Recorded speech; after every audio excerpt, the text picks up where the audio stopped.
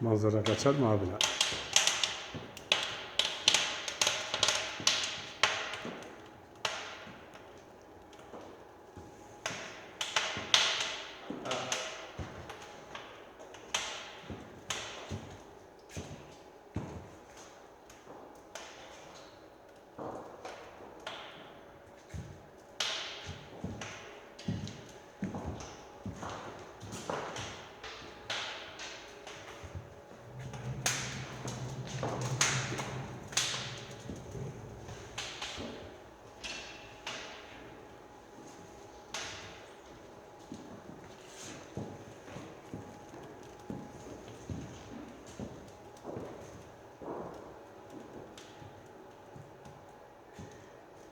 Senin zevkin de bu ha?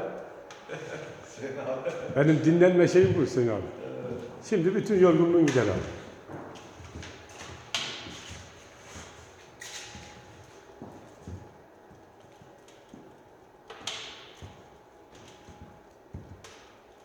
Şurayı yakalamaya çalışıyorum gölle.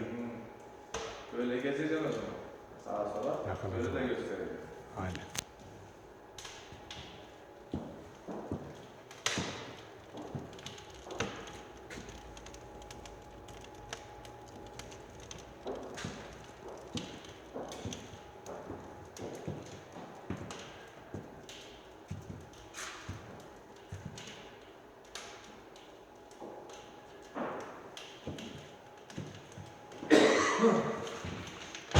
Sen o attığın şeyler